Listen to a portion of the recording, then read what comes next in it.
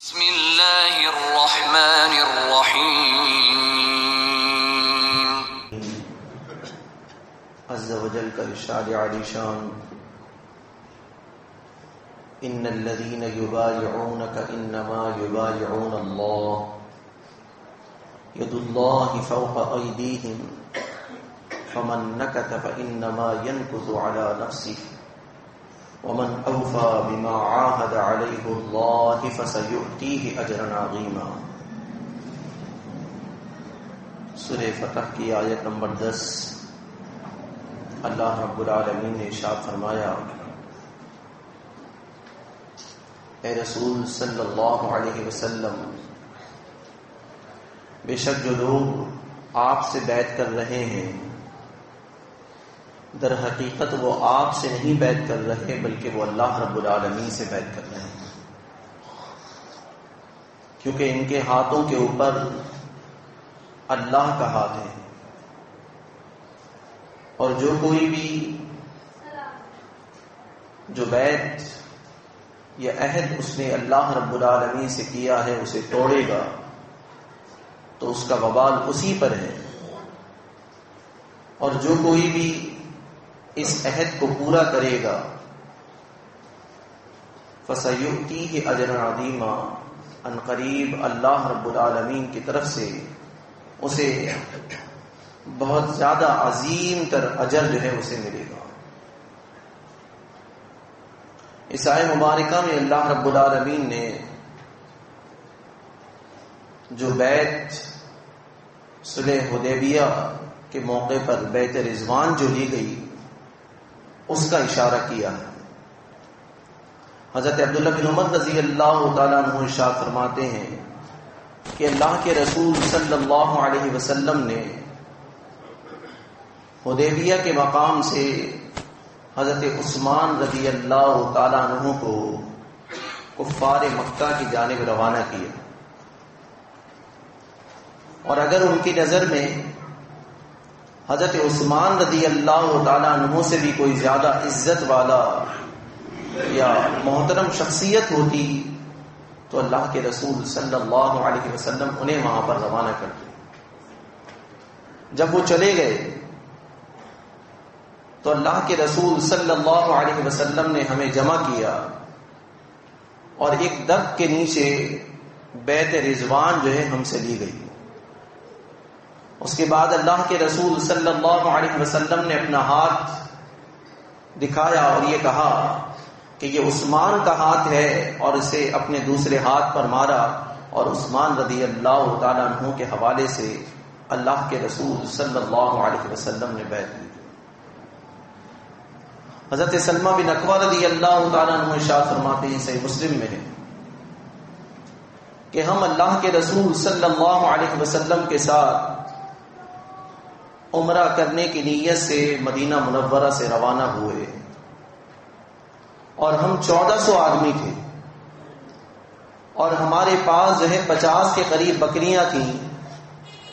جب ہم اس کنویں کے قریب پہنچے تو اس میں اتنا پانی نہیں تھا کہ اس پانی سے ہم یا ہماری جو جانور ہیں وہ سیراب ہوتے۔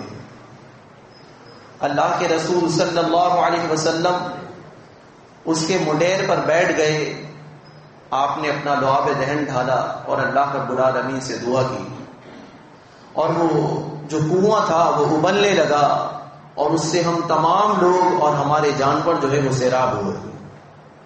اس کے بعد اللہ کے رسول صلی اللہ علیہ وسلم ایک درخت کے نیچے بیٹھ گئے اور تمام لوگوں کو آواز دی اور آپ بیعت لینے لگے۔ ان تمام بیعت لینے والوں میں سب سے پہلا جو ہے میں تھا، یعنی اللہ کے رسول صلی اللہ علیہ وسلم نے مجھ سے بیعت لی۔ تو کہتے ہیں کہ میں نے اللہ کے رسول صلی اللہ علیہ وسلم سے سب سے پہلے بیعت لی، اور حضرت عمر رضی اللہ تعالیٰ عنہ اللہ کے رسول صلی اللہ علیہ وسلم کو سہارا دیے ہوئے تھے، اور لوگ آتے جاتے اور آپ سے جو ہے وہ بیعت کر رہے تھے۔ جب درمیان میں پہنچے تو دوبارہ اللہ کے رسول صلی اللہ علیہ وسلم نے حضرت سلمہ بن اکوع سے کہا کہ تم بیعت کیوں نہیں کرتے؟ انہوں نے کہا اللہ کے رسول صلی اللہ علیہ وسلم میں نے تو آغاز میں آپ سے بیعت کی ہے۔ اللہ کے رسول صلی اللہ علیہ وسلم نے کہا آؤ دوبارہ بیعت لے لو۔ کہتے ہیں کہ پھر مجھ سے بیعت لی اور میرے پاس کچھ سامان حرب نہیں تھا تو ایک چھوٹی یا بڑی ڈھال جو ہے ایک اللہ کے رسول صلی اللہ علیہ وسلم نے مجھے دے دی۔ پھر آپ بیعت لینے لگے۔ پھر جب کچھ لوگ رہ گئے تو آپ نے پھر مجھ سے کہا اے عقبہ کے بیٹے تم مجھ سے بیعت کیوں نہیں کرتے؟ کہنے لگے اللہ کے رسول صلی اللہ علیہ وسلم میں 2 مرتبہ تو آپ سے بیعت کر چکا ہوں، پھر آپ تیسری مرتبہ مجھے بلا رہے ہیں۔ آپ نے کہا ایک مرتبہ پھر صحیح۔ پھر اللہ کے رسول صلی اللہ علیہ وسلم نے ان سے بیعت لی۔ پھر کہنے لگے میں نے تمہیں وہ جو خنجر یہ ڈھال دی تھی وہ کہاں پر ہے؟ تو انہوں نے کہا اللہ کے رسول صلی اللہ علیہ وسلم میرے چچا عامر مجھ سے ملے تھے اور ان کے پاس کچھ بھی سامان حرب نہیں تھا، لہذا میں نے اسے دے دی۔ اللہ کے رسول صلی اللہ علیہ وسلم بہت ہنسے۔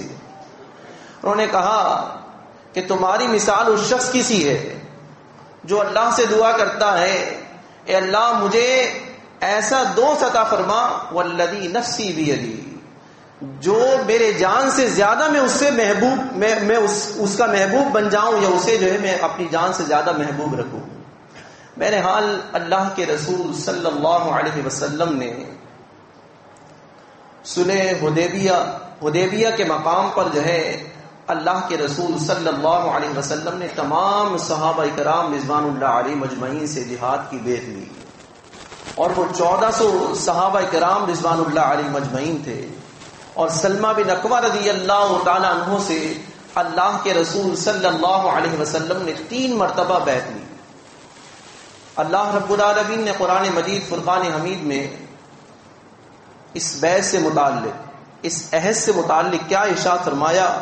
وَأَوْفُوا بِالْعَهْدِ إِنَّ الْعَهْدَ كَانَ مَسْئُولًا، اے ایمان والوں اپنے عہدوں کو پورا کیا کرو، قیامت کے دن تم سے تمہارے عہد کے متعلق سوال کیا جائے گا۔ بسم اللہ الرحمن الرحیم، یا ایھا الذین آمنوا اوفوا بالعقود، اے ایمان والوں تم اپنے عہدوں کو پورا کیا کرو۔ اور ایک اور جگہ اللہ رب العالمین نے سورہ مومنون میں ایک پورا نقشہ کھینچا ہے، قد افلح المؤمنون، یعنی وہ تمام مومن جو ہے وہ فلاح پا گئے۔ اس کے اندر الفاظ ہیں والذین هم لاماناتهم وعهدهم راعون، یعنی وہ لوگ فلاح پائیں گے جو اپنی امانتوں کو پورا کرتے ہیں اور جو اپنے عہدوں کی نگرانی کرتے ہیں۔ ایک اور جگہ اللہ رب العالمین نے ارشاد فرمایا بلا من اوفا بعہدہ واتقا فإن اللہ یحب المتقین، ہاں کیوں نہیں، جو لوگ اپنے عہدوں کو پورا کرتے ہیں، بلا من اوفا بعہدہ واتقا، اور اللہ رب العالمین کا تقوی اختیار کرتے ہیں، اللہ کی پرہیزگاری اختیار کرتے ہیں، فإن اللہ یحب المتقین، اللہ رب العالمین ایسے ہی پرہیزگاروں سے محبت کرتا ہے۔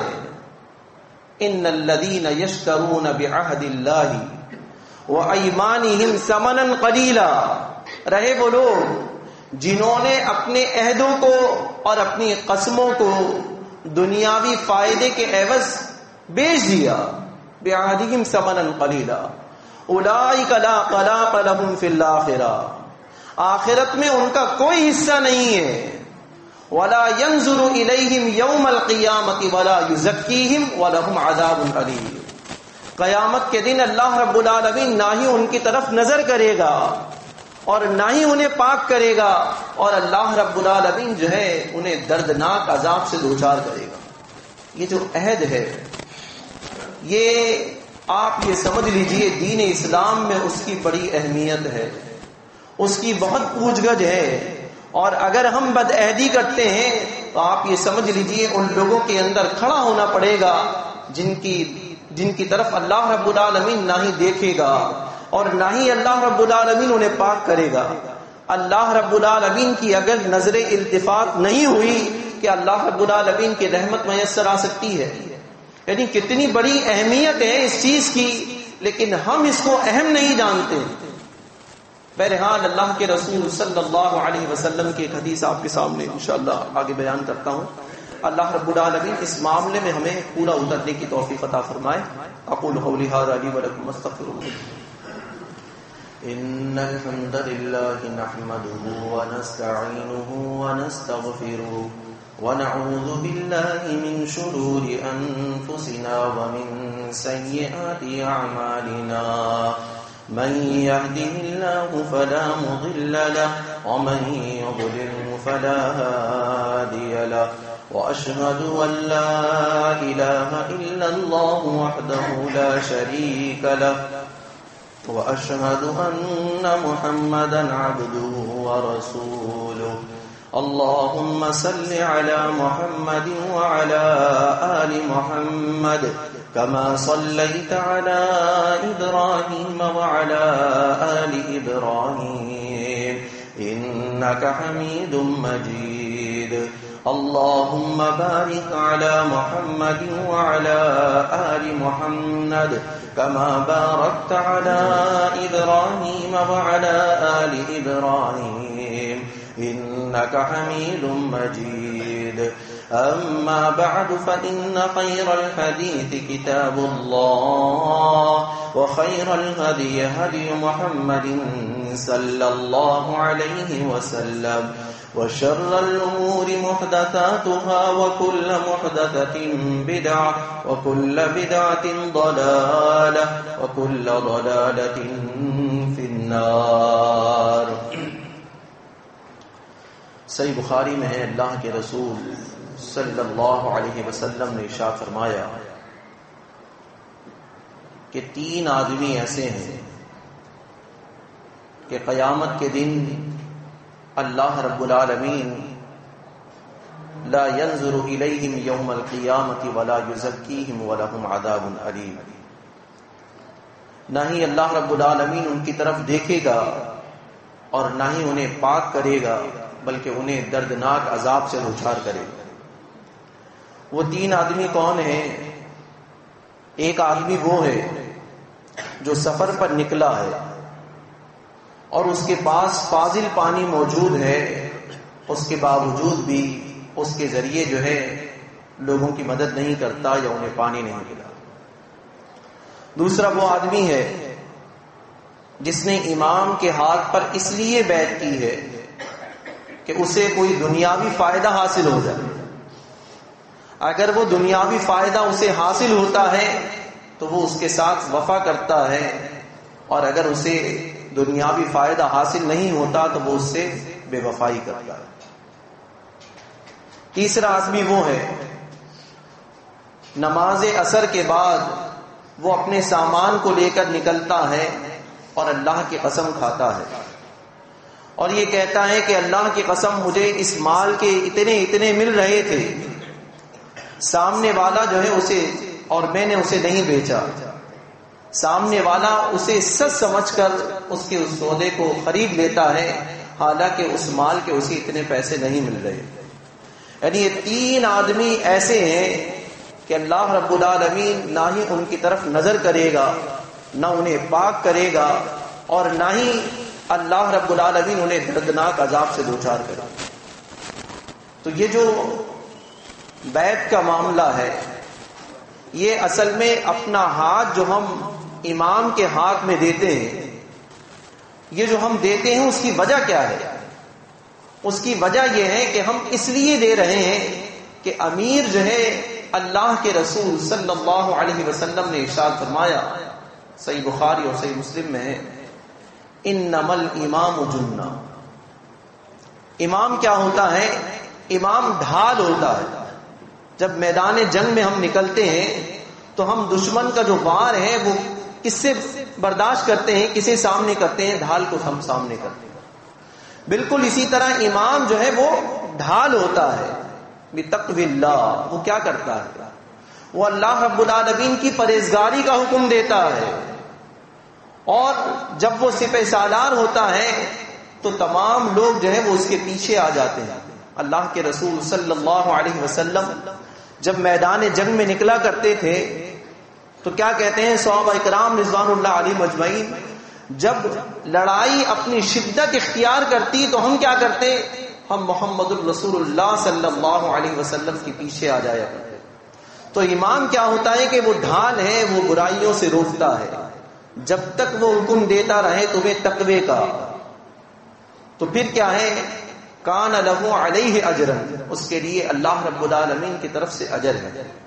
اور اگر وہ تقوی کا حکم نہیں دیتا، عدل کا حکم نہیں دیتا، عدل نہیں قائم کرتا، تو اس کا معاملہ جو ہے یا اس کا وبال جو ہے وہ اس پر ہے۔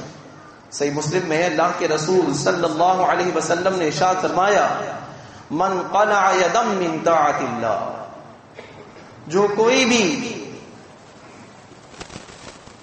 جماعت سے یعنی امیر سے، امیر کی اطاعت سے اپنے ہاتھ کو کھینچتا ہے، لقی اللہ، اس کے لیے قیامت کے دن لا حجت لا، کسی بھی قسم کی کوئی حجت نہیں ہے۔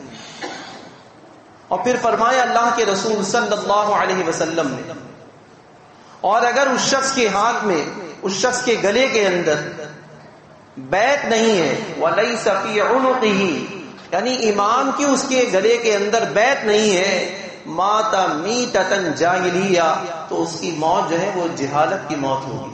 اندازہ لگائیے، وہاں اللہ رب العالمین نے محمد الرسول اللہ صلی اللہ علیہ وسلم سے جب آپ بیعت لے رہے ہیں تو کیا فرما رہا ہے کہ گویا کہ آپ نے بیعت نہیں لی، گویا کہ اللہ رب العالمین نے بیعت لی ہے۔ پھر اس کے بعد یہ فرمایا ید اللہ فوق ایدیہم، ان تمام کے ہاتھوں کے اوپر اللہ رب العالمین کا ہاتھ ہے۔ اور یہاں پر ہمیں سمجھانے کے لیے کیا فرمایا کہ اگر بیعت کا پٹا ہماری گردنوں کے اندر نہیں ہے اور اس حال کے اندر ہماری موت ہو جاتی ہے تو یہ موت جہالت کی موت ہوگی۔ بہرحال اللہ رب العالمین محمد الرسول اللہ صلی اللہ علیہ وسلم اور ان کے ساتھیوں سے تو راضی ہوا، انہوں نے بیعت کرنے کے بعد بھی کئی مرتبہ محمد الرسول اللہ صلی اللہ علیہ وسلم نے جہاد کے حوالے سے یہ ویسے ہی بیعت لیتے رہے، لیکن ہمارے لیے جماعت المسلمین کے لیے یہ اہم ہے، اللہ رب العالمین نے محمد الرسول اللہ صلی اللہ علیہ وسلم کے ذریعے وہ جو حدیث بیان کی ہے، حذیفہ بن یمان رضی اللہ تعالیٰ عنہ نے فتنوں کے موقع پر، وہاں پر کیا الفاظ ہیں؟ تلزم جماعت المسلمین و امامہم، جماعت المسلمین اور اس کے امام سے لازم اسے پکڑ لینا یا چنتے رہنا، یعنی امام اور جماعت دونوں چیزیں لازم ملزوم ہیں۔ جو لوگ جماعت میں اور امام میں فرق کرتے ہیں، آپ یہ سمجھ لیجئے انہوں نے جماعت المسلمین کو سمجھا ہی نہیں ہے۔ لہذا اثر نو مطالعہ کیجئے دین اسلام کا، اللہ رب العالمین ہمیں اس کی اہمیت کو جاننے کی توفیق عطا فرمائے، اور اللہ رب العالمین کو راضی کرنے کے لیے اور جہالت کی موت سے بچنے کے لیے ہمیں کیا کرنا ہوگا؟ اللہ کے رسول صلی اللہ علیہ وسلم کے ذریعے یہ جو چیز ملی ہے ہمیں اسے اپنانا ہوگا۔ اللہ رب العالمین مجھے بھی اور آپ تمام لوگوں کو ان باتوں پر عمل کرنے کی توفیق عطا فرمائے اور ہمیں ایفائے عہد میں پورا اترنے کی توفیق عطا فرمائے۔ اقول قولی ھذا لی ولکم۔